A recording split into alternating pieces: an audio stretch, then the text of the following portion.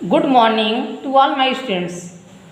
आज हम आपको क्लास 8 हिंदी व्याकरण चैप्टर 7 संज्ञा नामक चैप्टर के बारे में बताएंगे। इस चैप्टर के अंतर्गत संज्ञा एवं संज्ञा के भेदों के बारे में बताया गया है। संज्ञा संज्ञा को इंग्लिश में नाउन भी कहते हैं। रविन्द्रनाथ टैगोर विश्व प्रसिद्ध कवि, लेखक तथा साहित्यकार हैं। इनका जन्म बंगाल में हुआ था। गीतांजलि नामक काव्य ग्रंथ पर इन्हें नोबेल पुरस्कार मिला। रवि कहते हैं, क्या तुम बता सकते हो कि उपरोक्त पंक्तियों में कौन कौन से संज्ञा शब्द आए हैं? हाँ अध्यापक जी, इन पंक्तियों में रविन्द्रनाथ टैगोर व्यक्ति, गीतांजलि पुस्तक का नाम तथा बंगाल स्थान का नाम है। जो व्यक्तिवाचक संज्ञाएं हैं, कवि, लेखक तथा साहित्यकार जातिवाचक संज्ञाएं हैं।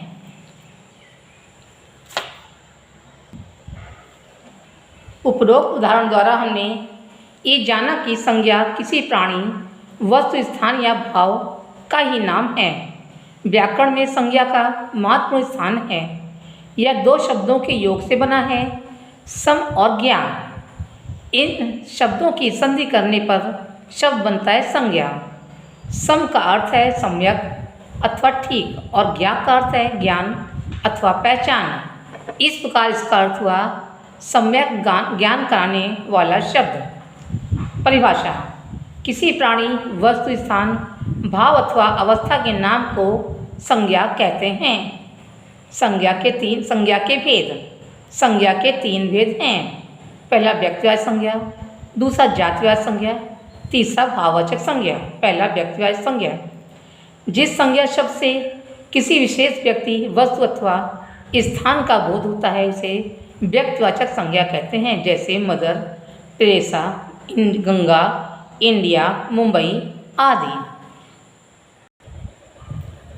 विशेष बात: व्यक्तिवाचक संज्ञा विशेष नाम का ही बोध कराती है। दूसरा जातिवाचक संज्ञा: जिस संज्ञा शब्द से एक ही प्रकार या जाति के व्यक्तियों, वस्तुओं या स्थानों का बोध होता है उसे जातिवाचक संज्ञा कहते हैं। जैसे पेड़, वकील, शेर, लड़की, नदी, पुस्तक आदि।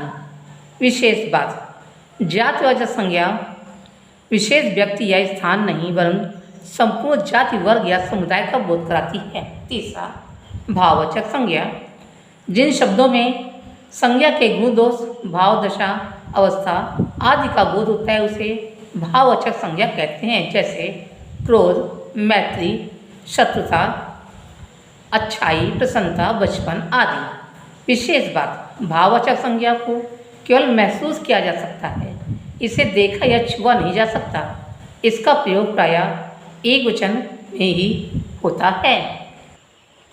भाषिक पटुता: ऐसे तीन चित्र बनाइए या चिपकाइए जिसे देखकर आप निम्नलिखित तीनों प्रकार की संज्ञाएं लिख सकती हैं। यहाँ तीन बॉक्स हैं। इन तीनों में आपको व्यक्तिवाचक संज्ञा, जातिवाचक संज्ञा, भाववाचक इससे संबंधित चित्र लगाना है या और उसका नाम लिखना है। इसे आपको होमवर्क में दिया जा रहा है। अंग्रेजी व्याकरण के प्रभाव से कुछ विद्वान संज्ञा के अन्य दो भेद भी मानते हैं। वे हैं पहला द्रव्यवाचक संज्ञा, दूसरा समुदायवाचक संज्ञा। पहला द्रव्यवाचक संज्ञा: वे संज्ञा शब्द जिनसे किसी द्रव्य, धातु या पदार्थ का बोध होता है उन्हें द्रव्यवाचक संज्ञा कहते हैं। जैसे दूध, पानी, तांबा, लोहा, गेहूँ, चावल आदि। दूसरा समुदायवाचक संज्ञा: वे शब्द जो किसी एक ही जाति के व्यक्तियों, वस्तुओं या स्थानों के समूह या समुदाय का बोध कराते हैं उन्हें समुदायवाचक संज्ञा कहते हैं। जैसे भीड़, झुंड, परिवार, दाल, देश आदि। विशेष बात: व्यक्तिवाचक संज्ञा का प्रयोग हमेशा एक वचन में ही किया जाता है, पर जब व्यक्तिवाचक संज्ञा किसी व्यक्ति विशेष का बोध न कराकर उसके गुण, अवगुण अथवा स्वभाव वाले व्यक्तियों का बोध कराए तो उसका प्रयोग जातिवाचक संज्ञा के रूप में बहुवचन में होता है। जैसे पहला जयचंद कन्नौज का देशद्रोही राजा था। इसमें जयचंद शब्द व्यक्तिवाचक संज्ञा एकवचन है। जयचंदों से देश को खतरा है, यहाँ जयचंदो शब्द जातिवाचक संज्ञा बहुवचन है। दूसरा, विभीषण लंका के राजा रावण का भाई था जो राम से जा मिला, ये व्यक्तिवाचक संज्ञा एकवचन है। भारत में विभूषणों की कमी नहीं है, यहाँ जातिवाचक संज्ञा बहुवचन रूप है। जब कोई जातिवाचक संज्ञा किसी विशेष व्यक्ति के लिए प्रयुक्त की जाती है तो वह व्यक्तिवाचक संज्ञा बन जाती है। जैसे पहला, नेताजी लोगों का नेतृत्व करते हैं, यह जातिवाचक संज्ञा है। नेताजी सच्चे देशभक्त थे, यहाँ नेताजी का अभिप्राय सुभाष चंद्र बोस से है, इसलिए नेताजी शब्द व्यक्तिवाचक संज्ञा है।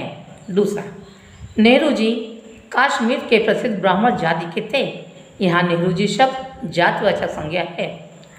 नेहरू जी हमारे देश के पहले प्रधानमंत्री थे, यहाँ नेहरू जी शब्द हमारे देश के पहले प्रधानमंत्री के लिए आया, इसलिए व्यक्तिवाचक संज्ञा है। भाववाचक संज्ञा पद प्रायः एक वचन में प्रयुक्त होते हैं, जैसे प्रार्थना, अच्छाई, पर कहीं कहीं उसका बहुवचन रूप भी बदलता है। पहला, उसने एक दिन के अवकाश के लिए प्रार्थना की, यह यहाँ प्रार्थना शब्द एक वचन है। दूसरा, अध्यापक के स्वास्थ्य के लिए मंदिरों में प्रार्थनाएं की जाती हैं, यहाँ प्रार्थनाएं शब्द बहुवचन है। तीसरा, जीवन में अच्छाई का रास्ता अपनाओ, यहाँ अच्छाई शब्द एक वचन के लिए प्रयोग किया गया है। अच्छाइयाँ मनुष्य को बड़ा बनाती हैं, यहाँ अच्छाइयाँ शब्द बहुवचन रूप है। भाववाचक संज्ञाओं का निर्माण। 5 प्रकार से भाववाचक संज्ञाओं की रचना की जाती है। पहला, जातिवाचक संज्ञाओं से भाववाचक संज्ञाओं का निर्माण। जातिवाचक संज्ञा, भाववाचक संज्ञा। सज्जन, सज्जन से सज्जनता। स्त्री, स्त्रीत्व। मजदूर, मजदूरी। लड़का, लड़कपन। बूढ़ा, बुढ़ापा। इंसान, इंसानियत। सेवक, सेवा। माता, मातृत्व। मित्र, मित्रता। पशु, पशुत्व। चोर, चोरी। बच्चा, बचपन। पूजा, पूजापाठ। हैवान, हैवानियत। युवक, यौवन। राष्ट्र, राष्ट्रीयता। दूसरा, सर्वनामों से भाववाचक संज्ञाओं का निर्माण। सर्वनाम, भाववाचक संज्ञा। अपना, अपनत्व। सर्व, सर्वस्व। निज, निजत्व। पराया, परायापन।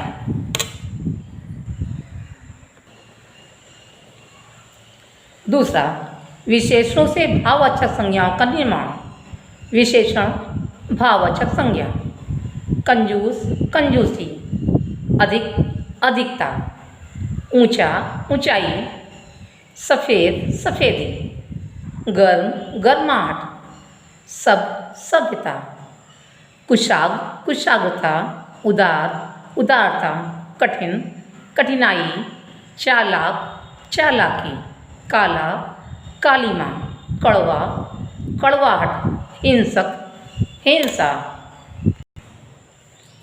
चौथा, क्रियाओं से भाववाचक संज्ञाओं का निर्माण। क्रिया, भाववाचक संज्ञा। धोना, धुलाई। चुनना, चुनाव।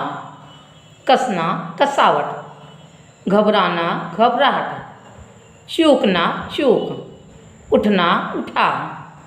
हंसना, हंसी। बुनना, बुनाई। चढ़ना, चढ़ाई। थकना, थकावट। पढ़ना, पढ़ाई। खेलना, खेल। लूटना, लूट। दहाड़ना, दहाड़। पाँचवा, अव्ययों से भाववाचक संज्ञाओं का निर्माण। अव्यय, भाववाचक संज्ञा। शीघ्र, शीघ्रता। जल्दी, जल्दबाजी। निकट, निकटता। बाहर, बाहरी। सहज, सहजता। समीप, समीपता। तेज, तेजी। दूर, दूरी। महत्वपूर्ण तथ्य। किसी प्राणी, वस्तु, स्थान, भाव या अवस्था के नाम को संज्ञा कहते हैं। संज्ञा की मुख्यतः 3 विध हैं। पहला व्यक्तिवाचक संज्ञा, दूसरा जातिवाचक संज्ञा, तीसरा भाववाचक संज्ञा। किसी विशेष व्यक्ति, वस्तु या स्थान का बोध कराने वाले शब्द व्यक्तिवाचक संज्ञा कहलाते हैं। एक ही प्रकार की जातियों के प्राणियों, वस्तुओं तथा स्थानों का बोध कराने वाले शब्द जातिवाचक संज्ञा कहलाते हैं। जो शब्द किसी व्यक्ति, वस्तु या स्थान के गुण, दोष, दशा, मन के भाव या अवस्था का बोध कराते उन्हें भाववाचक संज्ञा कहते हैं। भाववाचक संज्ञाएं 5 प्रकार से बनती हैं। पहला जातिवाचक संज्ञा से, दूसरा सर्वनाम से, तीसरा विशेषण से, चौथा क्रिया से, पांचवा क्रिया विशेषण से। आइए अब हम अभ्यास कार्य करते हैं। दूसरा, सही कथन के सामने सही तथा गलत के सामने गलत का चिन्ह लगाइए। का, संज्ञा के 6 भेद होते हैं, ये गलत है। खा, अंग्रेजी के प्रभाव से संज्ञा के अन्य 2 भेद हैं, ये सही है। तीसरा, भीड़ समुदायवाचक संज्ञा है, ये भी सही है। घा, सोना जातिवाचक संज्ञा है, ये गलत है। अंगा, ताजमहल व्यक्तिवाचक संज्ञा है, ये सही है। तीसरा, कोष्ठक में दिए गए शब्दों को भाववाचक संज्ञाओं में बदलकर रिक्त स्थानों की पूर्ति कीजिए। का, कृषि डैश में बहुत नटखटते, बचपन। खा, कोलंबस ने अमेरिका की डैश की थी, खोज। गा, आज नदी का डैश तेज है, बहाव। घा, विवाह समारोह में डैश देखने लायक थी, सजावट। अंगा, योग करने से डैश बढ़ती है, कुशाग्रता। चौथा, निम्नलिखित शब्दों का संज्ञा भेद लिखिए। का, सेना सेना शब्द समुदायवाचक संज्ञा है। का, पर्वत पर्वत जातिवाचक संज्ञा है। गा, गोदावरी गोदावरी नदी का नाम है, इसलिए यह व्यक्तिवाचक संज्ञा है। घा, दूध दूध द्रव्यवाचक संज्ञा है। अंगा, उड़ान उड़ान शब्द भाववाचक संज्ञा है। चा, घोड़ा घोड़ा शब्द जातिवाचक संज्ञा है। छा, पीतल पीतल शब्द द्रव्यवाचक संज्ञा है। जा जा जा, अच्छाई अच्छाई शब्द भाववाचक संज्ञा है। गतिविधि, नीचे दिए गए चित्रों को देखकर उनसे संबंधित व्यक्तिवाचक संज्ञा, जातिवाचक संज्ञा तथा भाववाचक संज्ञा शब्द लिखिए।